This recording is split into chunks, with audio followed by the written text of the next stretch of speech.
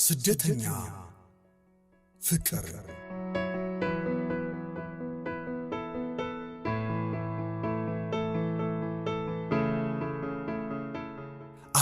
1983 ዓመተ ምህረት አዲስ አበባ ውስጥ ምድር ቁና ልትሆን የቀረበች መስላለች።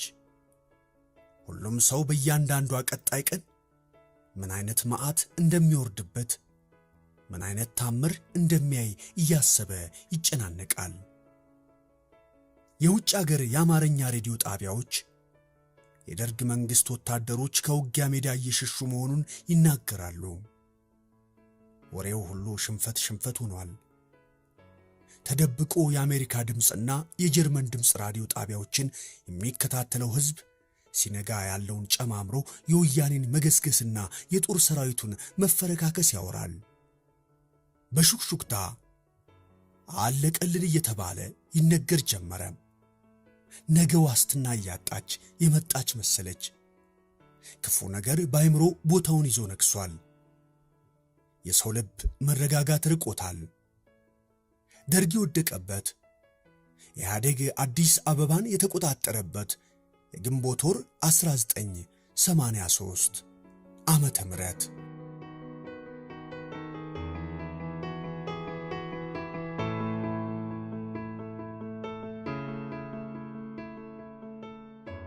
መተማ ከአብዮቱ ወሬና ተኩሳት ብዙም ባትርቅም አዲስ አበባ ውስጥ ገና ሊሆን ነው ተብሎ የተጠበቀው የደርግ ውድቀት ቀድሞ የደረሳት ከተማ ነበረችና የመረባበሹና የስጋቱ ደመና ብዙም አልዋጣትም።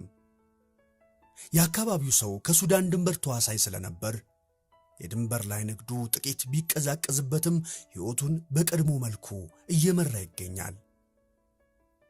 ኦማር ኢትዮጵያ የምትባለውን ምድር የረገጠው በዚህ ወቅት ነበር። ከአንድ ነጋዴ ወዳጁ ጋር ወደ መተማ ሲመጣ በወቅቱ በአገራቱ መካከል የነበረውን የሻከረ ዲፕሎማሲያዊ ግንኙነትና ኤምባሲ እስከ መዝጋት ያደረሰ ጸብ የሚያውቁ ሁሉ ቢጠነቀቅ እንደሚበጀው ነግረውት ነበር። እሱ ግን የሁሉ ማስፈራሪያ ከልቡ ጠብ እንዳላለ ነው የሚገልጸው። ምክንያቱን ባያውቀውም ከኢትዮጵያ ወደ ሌሎች ሀገራት ለመኮብለል ሲሉ በስደት በረሃ አቋርጠው ሱዳን የገቡ ዜጎች በብዛት በሚገኙባት ከተማ ውስጥ ጊዜውን ያሳለፈ እንደመሆኑ ይናገር ነበር። ለኢትዮጵያና ለኢትዮጵያን ያለው ፍቅርም የዚያኑ ያክል የበረታ ነበረ። ወዳጁ የሆነው መሐመድ አል ሐሰን የተባለ ነጋዴ በድንበር ላይ ንግድ ያጠራቀመው ወረትና በሥራው ያለውን ደስተኛነት ሲያይ ኦማርም ይህን ልሞክር ብሎ ነበር አመጣጡም። ወዲህም ቢቻል ሕይወቱን በኢትዮጵያ ላይ አግብቶ ቆንጆ ልጆችን ለመውለድ ምኞቱን ቋጥሯል በልቡም። በዚህ መልኩ ምድሪቱን የረገጣት ኢትዮጵያ አላሳፈረችውም። የመተማ ሕዝብ ሰው ወዳድ መሆኑ፣ እንግዳ ተቀባይነቱ፣ ከሱዳኖች ጋር ያለው ወንድማዊ ቅርርብ ሁሉ አንጀቱ ገብቷል። ሳያንገራግር ሥራ ጀመረ። ያኔ ነግድ የነበረው ከሱዳን ያመጣቸው የነበሩ የተለያዩ አይነት የፍራፍሬ ጭማቂ የሆኑ ለስላሳ መጠጦችን ነበር። እንዲህ እያለ ዓመታት በገፉ ቁጥር የኢትዮጵያንና የኢትዮጵያውያንን ባህልና ኑሮ ተላምዶ ሀገሩን መስሎ ቁጭ አለ። ከድንበር አልፎ ወደ ኢትዮጵያ ግዛት ዘልቆ ከገባ በኋላም በተለያዩ አካባቢዎች ላይ ከሱዳን የሚመጡ ምርቶችን መሸጥና ማከፋፈል ጀመረ። ከዚህም አልፎ በኮንትሮባንድ ከሌሎች የኢትዮጵያ ክልሎች የሚመጣ ጫት ወደ ሱዳን በማስገባት የደረጀ ንግድ ማካሄዱን ተያያዘው።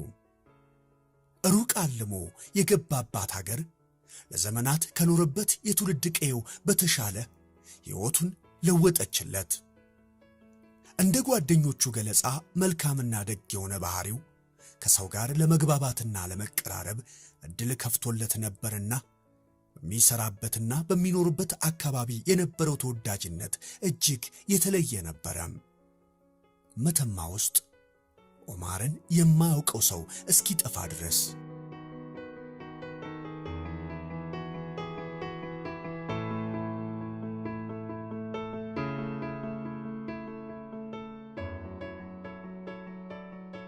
ረጅምና ገዘፍ ያለ ቁመና፣ አፍሮ ጸጉርና ቀይ ቆዳ ያለው ሰው ገጹ ከኢትዮጵያን ጋር ፍጹም ተቀራራቢ ነው። ብዙዎች አማርኛ ሲናገር ጥቂት ኮልተፍ የሚል አንደበቱን ካልሰሙ በቀር ሀበሻ ነው ብለው እንደሚወራረዱበት ይገልጻል። መሐመድ አል ሐሰን የኦማር ወዳጅ ግን አረብ የመሰለ ገጽ ያለው ሰው በመሆኑ የአካባቢውን ተወላጆች በደንብ ለሚያውቅ ሱዳናዊ መሆኑ አይጠራጠርም።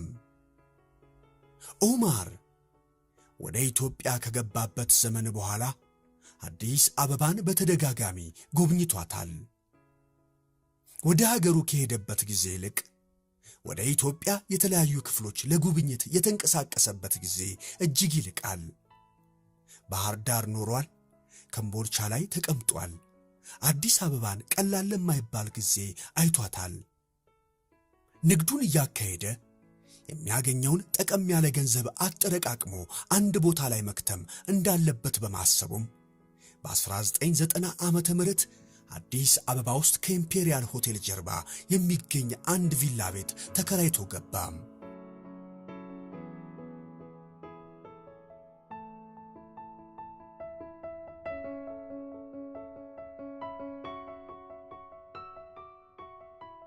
ኦማር አዲስ አበባ መቀመጡ ለመዝናናት ብቻ አልነበረም።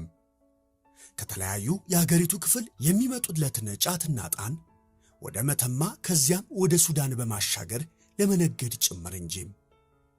ይህን ለማድረግና መተማ ውስጥ ያሉትን ሱቆቹን በተለያዩ ተፈላጊ ዕቃዎች ለመሙላት አዲስ አበባ ዋነኛ ቦታ መሆኗን ተገንዝቧል።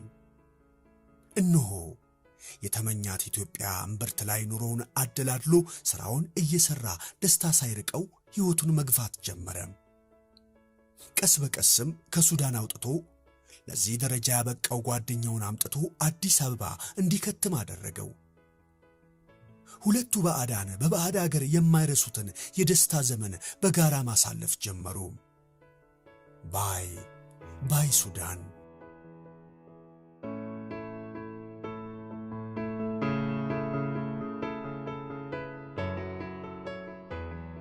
ኦማር የዘወትር ሕልሙ አንዲት ኢትዮጵያዊት አግብቶ መኖር ነው። ለኢትዮጵያን ያለው ፍቅር ከማንም የተለየ ነበር። ኢትዮጵያን ቆነጃጅትን ያደንቃል፣ በውበታቸው ይማረካል። ራሱን እንዳንድ የሀገሪቱ ዜጋ አድርጎ በመቁጠሩም ምንም አይነት የባዕድነት ስሜት አልተሰማውም። ዘወትር ምሽት ቶስካኖ ሲጋራውን እያጨሰ በየናይት ክለቡ ይዞራል ከጓደኛው ጋር። ሲበዛ መዝናናት ወዳጅ ነበሩ። እሱ እንደሚገልጸው አዲስ አበባ ውስጥ ያሉ የምሽት ክበቦች ውስጥ የሚያውቀው ሰው የለም። ሙዚቃ ባለበት፣ ደስታ ባለበት እሱና ጓደኛው አሉ። በየክለቡ ሲገቡ ጠቀም ያለ ጉርሻ የሚሰጣቸው አስተናጋጆችና ተወዛዋዦች አሳምረው ያውቁታል። ጠብር ግፍ ብለው ያስተናግዱታል። ለተለያዩ የዲፕሎማሲያዊና ሌሎች ሥራዎች አዲስ አበባ የመጡ ሱዳናውያንን የሚያለማምድም ሰው ሊሆን ችሏል። ኦማር ከአራት በላይ ኢትዮጵያን ፍቅረኞች እንደነበሩት ይገልጻል። ከሁሉም ጋር ጣፋጭና የማይረሱ ትዝታዎችንም አሳልፏል። በተለይ አስሊ ናይት ክለብ ኦሎምፒያ አካባቢ በነበረበት ወቅት ለመዝናናት ሲመጣ የተዋወቃትን የመድረክ ተወዛዋዥ እጅግ አፍቅሯት እንደነበርና ሥራዋን አስቆሞ የፈለገችውን እያደረገላት ቤት ተከራይቶ አስቀምጧት እንደነበር ይገልጻል። የልጅቷ ጸባይ ግን እሱ እንደፈለገው ሊሆንለት አልቻለም። ከ3 ወር ቆይታ በኋላ የተደበቀ ጸባይዋ ወጣ። እሱ ሥራ በሚሆንበትና በማይገናኙበት ሰዓት ሁሉ የምትውልበት ቦታ ፈጽሞ ያልጠበቀው ሆነበት።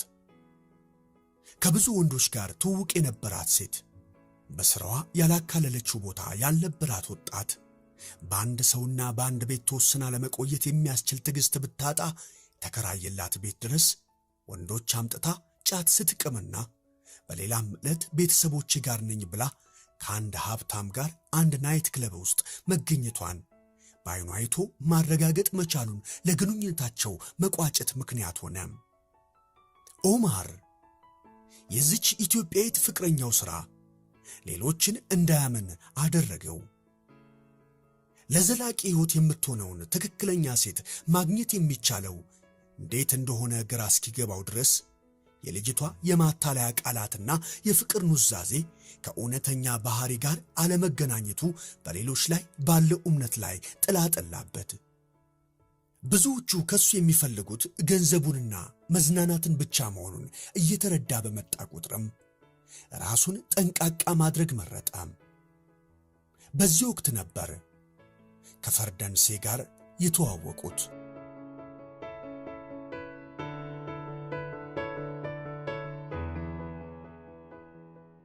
ቦሌ ሩዋንዳ አካባቢ የምትኖረው ወጣት በዚህ ሱዳናዊ አይን ውስጥ የገባችው ሐረር መሶብ ሬስቶራንት ምሳ ለመብላት ከጓደኛው ጋር በሄዱበት አንድ ዕለት ነበር። ጊዜው 1994 ዓመተ ምህረት።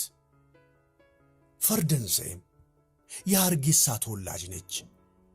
ሱማሌ በሀገሯ መንግሥት አልባነት የተነሳ በነበረው ብጥብጥ ከሶማሊያ ተሰዳ ወደ ኢትዮጵያ ከገባች ከ5 ዓመት በላይ ተቆጥሯል። ቀይ ጥርት ያለ ቆዳ ያላት እንደ አብዛኞቹ ሶማሌዎች በድሪያ የምትሸፋፈን በጣም ውብ የሆነች ወጣት ናት። ፈርደንሴን ከኦማር ጋር የተዋወቁት ምሳ በሚበሉበት አጋጣሚ አጠገብ ለአጠገብ በመቀመጣቸው ነበር። እሷም ከጓደኛዋ ጋር እሱም ከጓደኛው ጋር ነበር። የተግባቡት በአረብኛ ነው። ፈርደንሴ ጥርት ያለ አረብኛ ትናገራለች። ለኦማር ደግሞ አረብኛ ቀዳሚ ቋንቋው ነው። የዚያን ዕለት ነበር ስልክ ተለዋውጠው የተለያዩት። በሁለተኛው ቀን ፈርደንሴ ራሷ ደውላ ነው ከኦማር ጋር ለመገናኘት ቀጠሮ የያዙት። ልጅቷ ተጫዋች ናት። ኢትዮጵያ ውስጥ በኖረችባቸው ጥቂት ዓመታት ውስጥ መውጫ መግቢያውን ሁሉ ጠንቅቃ አጥንተዋለች። አማርኛም በጥቂቱ ትሞክራለች። ሁለቱን የሰው ሀገር ሰዎች ያገናኛቸው ምድር እንዳይፋቀሩም አላገዳቸውም።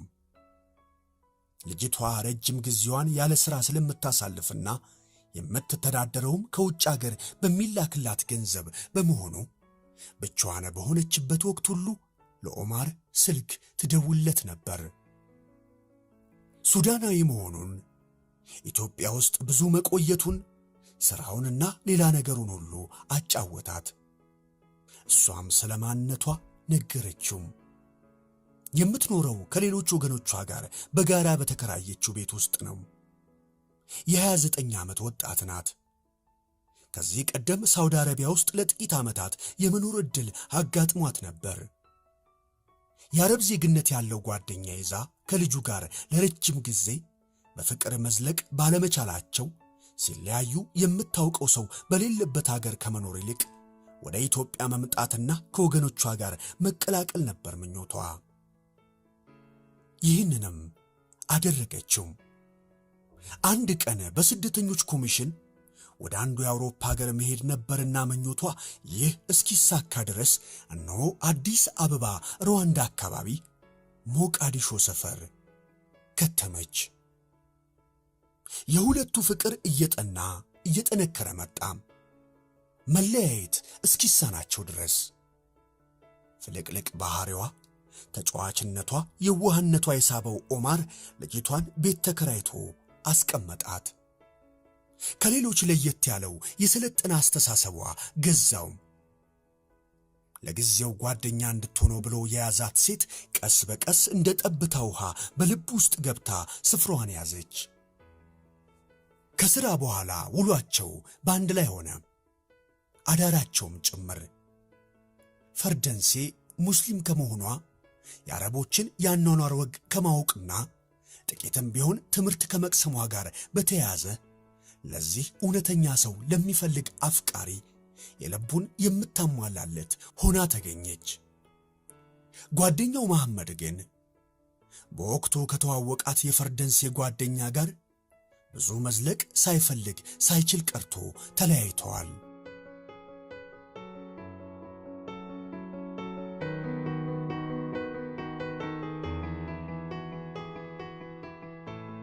ኦማር ከዚች ወጣት ጋር ብዙ ቦታ አብሮ ሄዷል።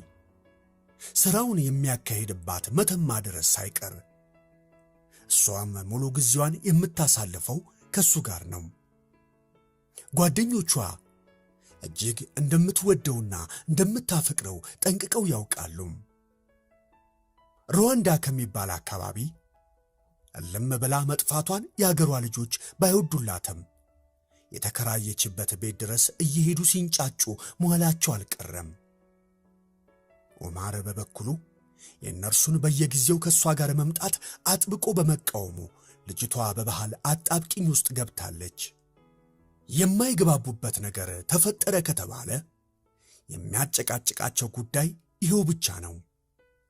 የእሷ ጎሳና ማኅበረሰብ ሁሉንም ነገር በጋራ መካፈልና አብሮ ማድረግን የለመደ ከመሆኑ ጋር በተያያዘ ለብቻ የሚባል ሕይወትን አያውቁም። ኦማር የኖረበት ማኅበረሰብ በጋራ በልቶ በጋራ መኖር ወግና ባህሉ ቢሆንም ኢትዮጵያ ከመጣ በኋላ በዛች ያፈቅራት በነበረች አርቲስት ሳቢያ ይህን ነገር እጅግ ጠልቶታል። ዳግም የሚከዳ ዳግም ፍቅሩን የሚነጠቅ እየመሰለው ይህን ጉዳይ ሲበረታ ፈርደንሴን ጠቅሎ እሱ የተከራየበት ቤት አስገባት።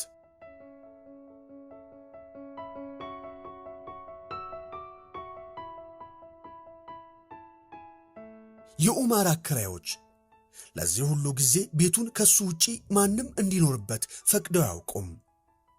ገንዘብ በጨመሩ ቁጥር ያለማንገራገር ሂሳብ የሚከፍላቸው ኪራይ የማያስተጓጉል የማይረብሽ የሰው ፍቅር ያለውና ደግ ሰው በመሆኑ እሱ ቤታቸውን በመከራየቱ ደስተኞች ነበሩ። የቤተሰብ ያክል ይቀራረባሉ።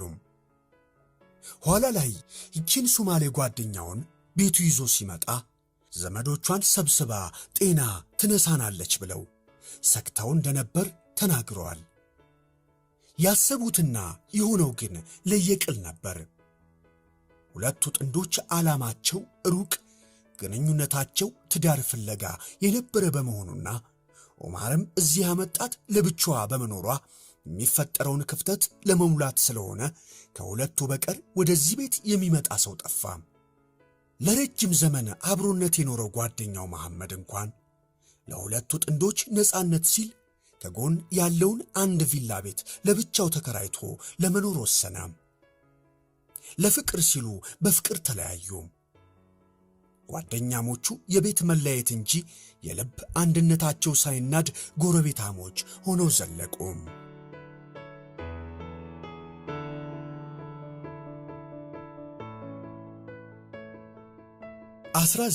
1996 ዓመተ ምህረት አዲስ አበባ።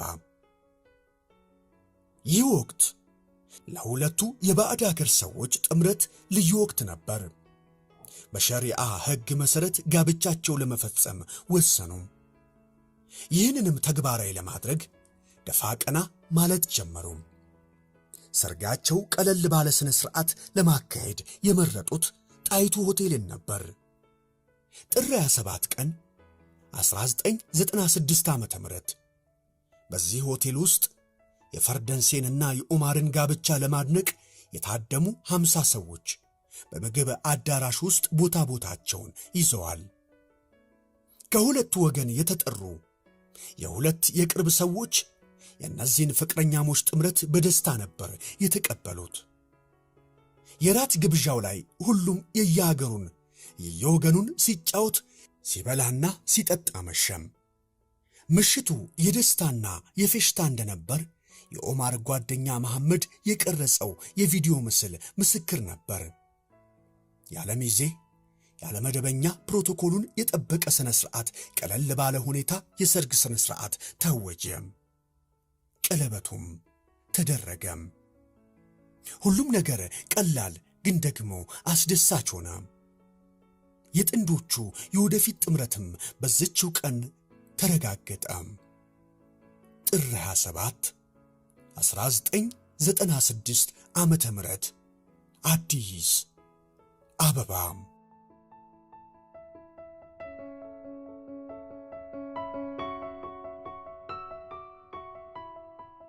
ጋብቻቸው ጥቂት ወራትን አስቆጥሯል።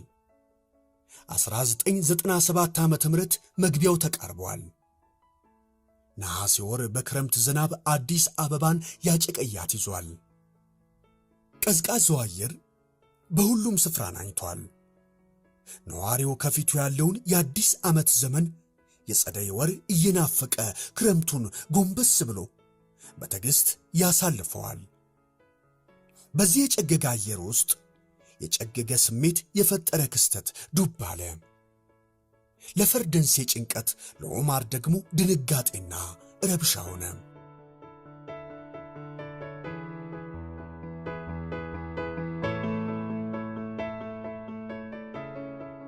ጃማ ወደ ኖርዌይ ከሄደ ዓመታት አልፈውታል። የሶማሌ ዜግነት ያለው ቀጭንና ጭንቅላቱ ከሰውነቱ ቁመት ጋር ሲተያይ በመጠን ያነሰ የሚመስል ጎልማሳ ነው። አዲስ አበባ ውስጥ በነበረበት ወቅት የፈርደንሴ ፍቅረኛዋ ነበረ። ጓደኞቹን ሊጠይቅ ከሚኖርበት ሳሪስ አዲስ ሰፈር ወደ ሩዋንዳ አካባቢ ሲመጣ ነበር የተዋወቃት።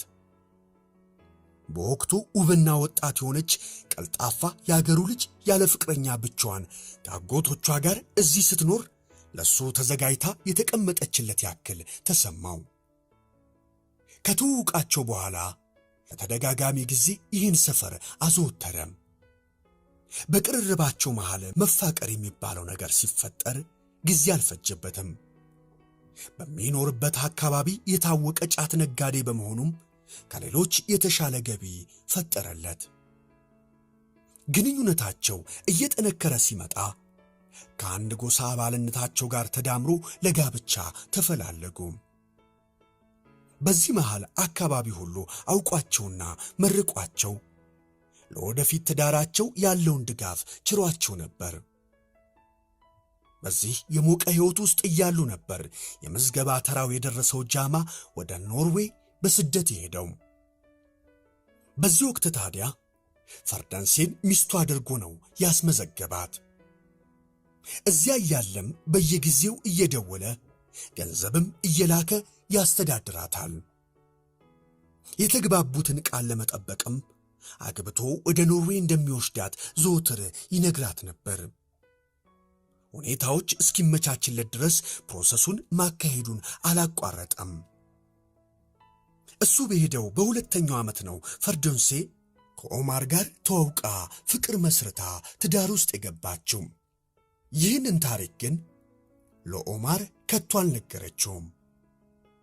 ጃማ ከእናት ሀገሩ በስደት የገባበት ኢትዮጵያ የሰጠችውን የፍቅረኛ ገጸ በረከትን አፍቆ ወደ ዳግመኛ የስደት ሀገሩ ኖርዌይ ሊያሸጋግራት ሲታትር የፈርደንሴን ማግባትና ከአካባቢው ርቃ መሄድ ሰማ።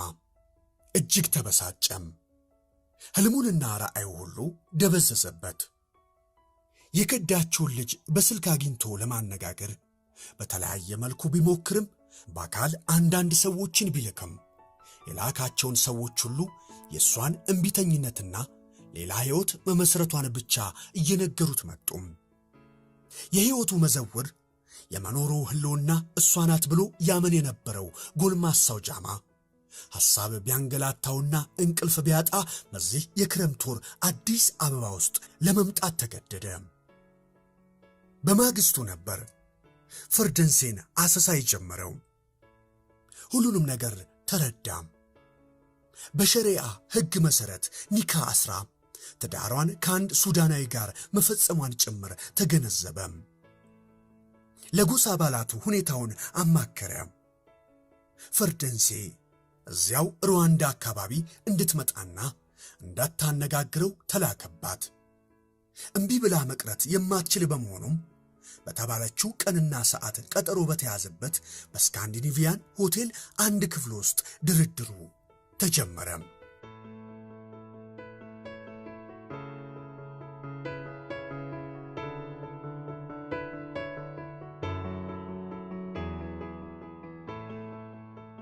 ጃማ አሁን ያያት ፈርደንሴ ያኔ ጥሏት የሄደችው አይደለችም። እጅግ አምሮባት የደላው ሕይወት እንደምትኖር የሚያስታውቅባት ከሌሎች ይልቅ ያጌጠችና የጸዳች ልጅ ሆና ነው። በተካሄደው ድርድር ላይ ጃማ ሄዶ ሲዘገይባትና ድምፁ ሲጠፋ የተዋት እንደመሰላትና በዚህም የተነሳ ከዚህ ሱዳናዊ ጋር እንደተዋወቀች ጋብቻቸውንም በሸሪያ ሕግ መሠረት እንደተፈጸመ ተናገረች። የጎሳ አባላቱና የአካባቢው አለቃ ከባዕድ ሀገር ሰው ጋር ጋብቻ መፈጸሟን በግላቸው እንደማይደግፉትና ጋብቻዋን አፍርሳ ከሀገሯ ልጅ ጋር ዳግም ብትጣመር እንደሚመኙ ገለጹላት። ፈቃደኛ ግን አልነበረችም። ጃማ የተሰበሰበው ሕዝብ መሃል የመጣው እሷን ፈልጎ እንደሆነና አግብቷት መሄድ እንደሚፈልግ ገለጸም። ፈቃደኛ አልሆነችም። ፈጽሞ ይህን ሰው እንደማትተወውና ከሌላ ባዕድ ጋር መጋባት ለሷ አዲስ ነገር አለመሆኑን ሙስሊም ይሁን እንጂ ጋብቻ ከማንም ጋር ብትፈጽም ችግር የሌለው መሆኑን ገልጻ የማኅበሩን ውሳኔ የማትቀበል መሆኑን ተናገረች።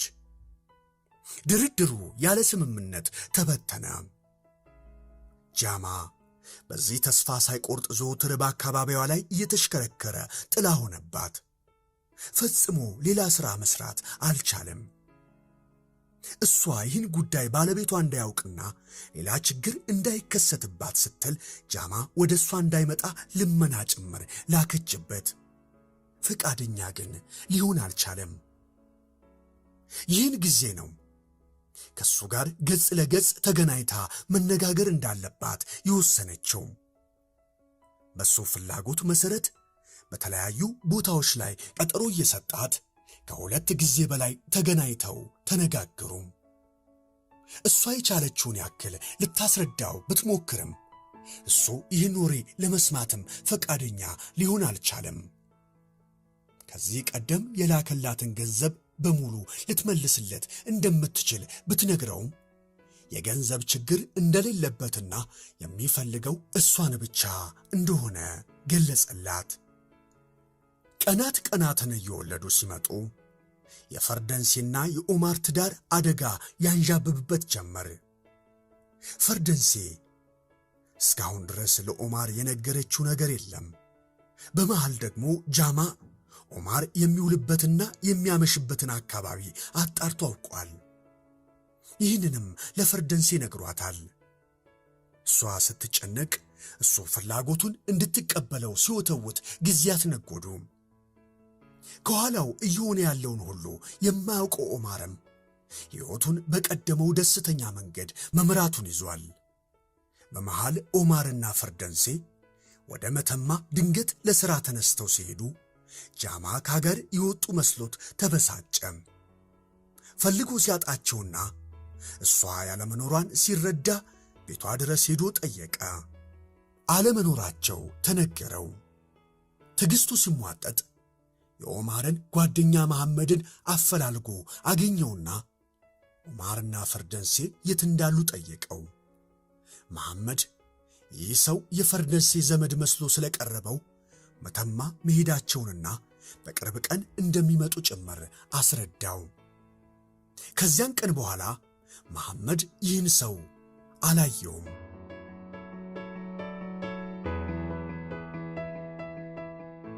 1997 ዓመተ ምህረት መስከረም ወር መጨረሻ ላይ ኢትዮጵያ ሆቴል ውስጥ ከኦማር ጋር ቢራ በመጠጣት ላይ ሳሉ ከፊት ለፊቱ ሲመጣ ግን እሱ መሆኑን ለይቶት ነበር። ኦማር ፊቱን ወደ መሐመድ አዞሮ ስለነበር መሐመድ ያየውን አላየም። ጃማ ከኪሱ ያወጣውን ፖስታ በእጁ እንደያዘ ሁለቱን ሰላምታ ሰጥቷቸው ወንበር ስቦ ተቀመጠ። አረብኛ ቋንቋ አይችልም። የሚናገረው እንግሊዘኛ ነው። መሐመድ ከኦማር በተሻለ እንግሊዘኛ ያውቃልና ለመግባባት ጊዜ አልወሰደባቸውም። ጃማ ለሁለቱ ሱዳናውያን ፈርደንሴ ሚስቱ እንደሆነችና በመሃል ወደ ውጭ አገር ሲሄድ ከርታው ያገባች መሆኑን ተናገረ። ከፖስታ ውስጥ ሁለቱ በፍቅረኝነታቸው ወቅት የተነሱትን ፎቶግራፍ ሁሉ ጠረጴዛው ላይ በትኖ አሳያቸው። ኦማር ይህን ማመን አልቻለም። በከፊል መጠራጠር ሰውየውን ቢያየውም የሆነው ሁሉ ፎቶግራፉ ይናገር ነበርና ብስጭት ገባው። በወቅቱ ተናዶ ስለነበር ጃማን በኃይል ተናገረው። ሚስቴ ናት፣ በሕግ ነው ያገባኋት ካልክ ማስረጃህን ይዘና ብሎ ካጠገቡ ዞር እንዲለት ጮኸበት። ጥቂት መጠጥ ቀማምሶ ስለነበረ ጠረጴዛ ላይ የተቀመጡትን ፎቶዎች አንስቶ ሸረካከታቸው። ጸብ ተጀመረ። በመሃል ዌይተሮች ገብተው አገላገሉ። ጃማ ተበሳጭቶ እየዛተ ወጣ። ኦማር ወዲያው ነበር ወደ ቤት የሄደው። ፈርደንሴ ላይ ወረደባት። የሆነውን ነገር ጠርጥራ ስለነበር ልታሳምነው ሞከረች። ከዚህ ሰው ጋር የነበራቸው ግንኙነት ለወሬ የማይበቃ አይነት ቀላል ስለነበር ልትነግረው እንዳልፈለገች ጭምር አቅላ ገለጸችለት። ከንዴቱ ግን ሊበርድ አልቻለም። መሐመድ መሃል ገብቶ ለማስማማት ቢሞክርም የኦማር ንዴት ግን የማይቻል ሆነ። በማግስቱ በተረጋጋ ስሜት ለመነጋገርና ጥቂት ለመግባባት ቻሉም። ጥንዶቹም ኦማር ያለመው ሁሉ የተናደበት፣ ያሰበው ሁሉ የፈረሰበት መሰለው። ከሱ በፊት ስለነበረው ጉዳይ መጨነቅ እንደሌለበት መሐመድ መክሮታል። ቢሆንም ጉዳዩ በቀላሉ ሊያው አልፈለገም። ፈርደንሴንም በተቻላት ሁሉ የኦማርን ልብ ለማለሳለስ ሞከረች። አኩርፏት የቆየው ለ3 ቀናት ብቻ ነበር። ከዚያ በኋላ የሆነው ሁሉ እንደ ድሮ እየተመለሰ የመጣ መሰለ። የመጨረሻዋ ቀን እስክትደርስ ድረስ ጥቅምት 17 1997 ዓመተ ምህረት ምሽት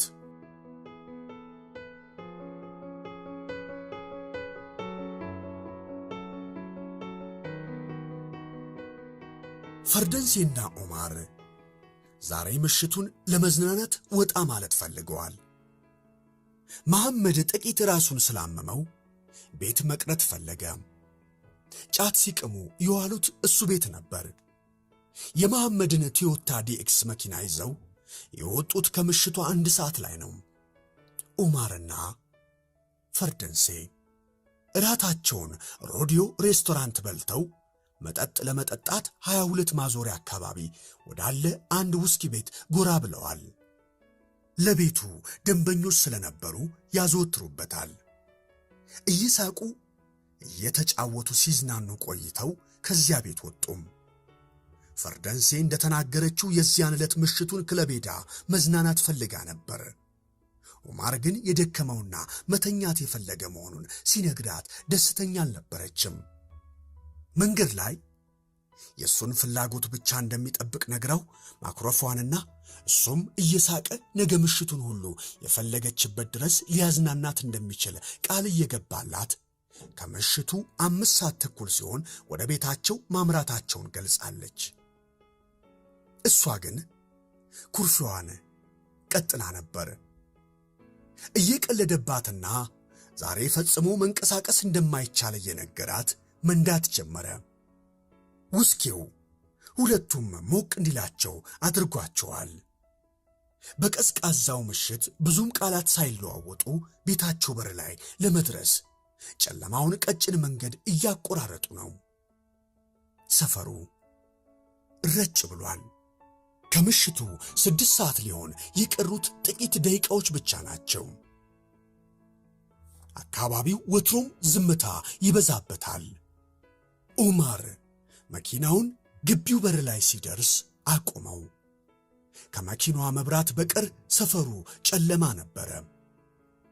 ከመኪናው ሳይወርድ የግቢውን በር የሚከፍትበት ቁልፍ ከኪሱ እየፈለገ ሳለ ፈርደንሴ ከቦርሳዋ የራሷን ቁልፍ አውጥታ በሩን ልትከፍት ሄደች። ኦማር መኪና ውስጥ ተቀምጦ በሩ እስኪከፈት ይጠብቃል።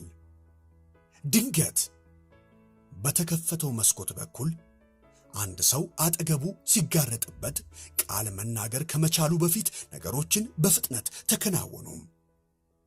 ፊቱን በጨርቅ የሸፈነው ሰው የያዘውን ረጅም ስለት ያለው እጀታው ቀንድ የሆነ ጩቤ ባንገቱ ላይ ሻጠበት። የሚካሄደውን ነገር ያላየችው ፈርደንሴ ግቢ ውስጥ ገብታ ዋናውን በር እስክትከፍት ድረስ ኦማር አንገት 3 ጊዜ ደረቱ ላይ አንድ ጊዜ በጩቤው ተሸነታተረም። እሷ በሩን ስትከፍትና በመኪናው መብራት አንድ ሰው ጩቤ ይዞ ሲሰነዝር በድንጋጤ ደርቃ ቀረች። ከሰከንዶች በኋላ ያ ሰው ከስፍራው ተሰወረ፣ ጨለማ ውስጥ ገብቶ ጠፋ። እሷም እሪቷን አቀለጠችው። አከራዮቹ እስኪወጡ ድረስ ጥቂት ደቂቃዎች አለፉ። ኦማር በቀኝ ጎኑ የመኪናዋ ማርሽ ላይ ተዘርግቷል። መኪናዋ በደም ታጥባለች። የተወጋበት ጩቤ መሬት ላይ ደም ተበክሎ ወድቋል። በጥቂት ሰከንዶች ውስጥ አሰቃቂ ግድያ ተፈጸመም።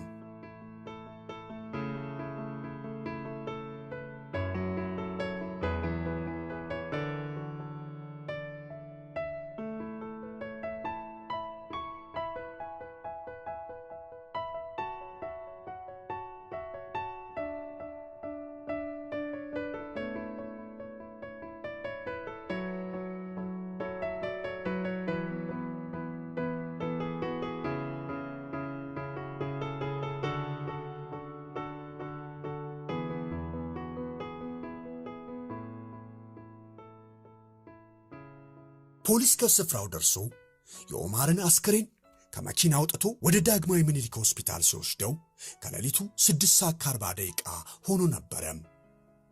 መሐመድ የሆነውን ሁሉ ለማመን ተቸገረ። ፈርደንሴ ከፖሊሶች ጋር ወደ ጣቢያ ሄደች። ከመኪናዋ ላይ አሻራ የሚወስዱና ምርመራ የሚያካሂዱ ፖሊሶች በስፍራው ይርመሰመሳሉ። ሌሊቷ ቀውጢ ሆነች። ሳምንታት አለፉ። ፈርደንሴ በፖሊስ ምርመራ ጥቂት ቀናት ቆይታለች።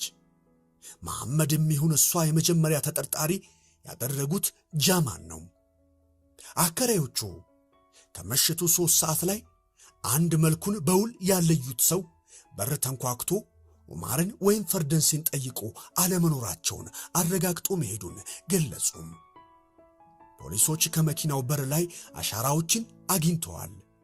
ጩቤውም በኤግዚቢትነት ተይዟል።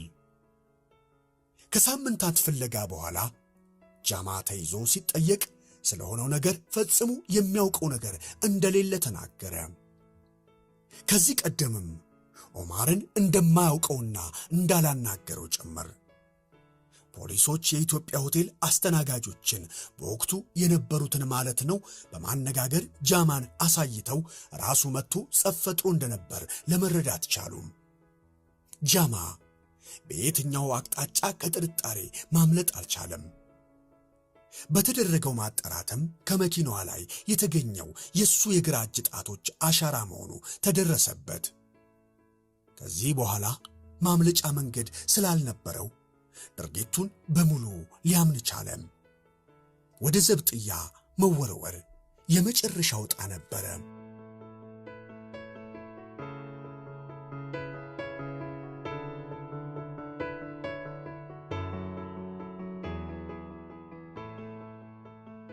ከሱዳን ተነስቶ መተማና አዲስ አበባ ላይ ማረፊያውን ያደረገው ኦማር ከሐርጌሳ ተነስታ አዲስ አበባ እምብርት ላይ የከተመችው ፈርደንሴም ከሶማሊያ ተነስቶ አዲስ አበባ ኖርዌይ እንደገና አዲስ አበባ የገባው ጃማ ሁሉም በአንድ ፍቅር ላይ ቆመው በስርና በሞትና በብቸኝነት መንገዶች ላይ ተነጣጥለው ሊጓዙ ግድ ሆነ።